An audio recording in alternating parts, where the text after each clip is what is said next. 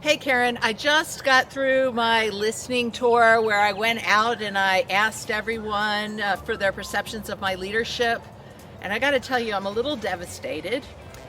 I had so many people. The major theme was I am over aligned with my boss. What should I do? Asking for a friend. Hi, I'm Karen Hurt, and I'm here with our next edition of Asking for a Friend. So let's talk about this, because having a great relationship with your manager is vital. And sometimes if you are over aligned, if that's the perception, you can actually do more harm than good to your career and to your relationships. So a couple of things to watch out for. What are the behaviors that might be causing people to interpret it this way? One sometimes is what I'll call the mini-me scenario, where you are actually emulating the behaviors, the mannerisms of your manager. Make sure you are differentiating your own style, you're building your own style, and you're leading authentically for you.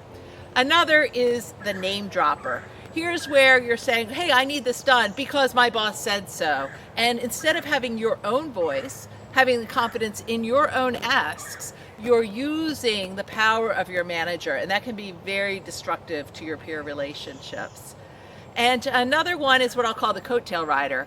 And again, this can be good for a while, right? Your manager brings you along and to different assignments, but if that happens too frequently, you run the risk of developing a reputation that you are not able to lead without this other person. So, what should you do? First, make sure your performance is standing out. Focus on the work that you're doing, having high performance.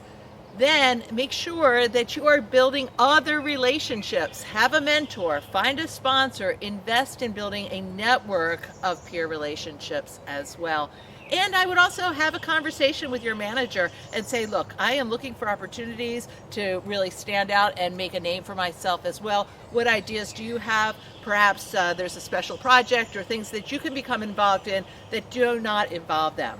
So those are a few of my thoughts. What would you add? What advice would you have for someone who's being perceived as too aligned with their manager?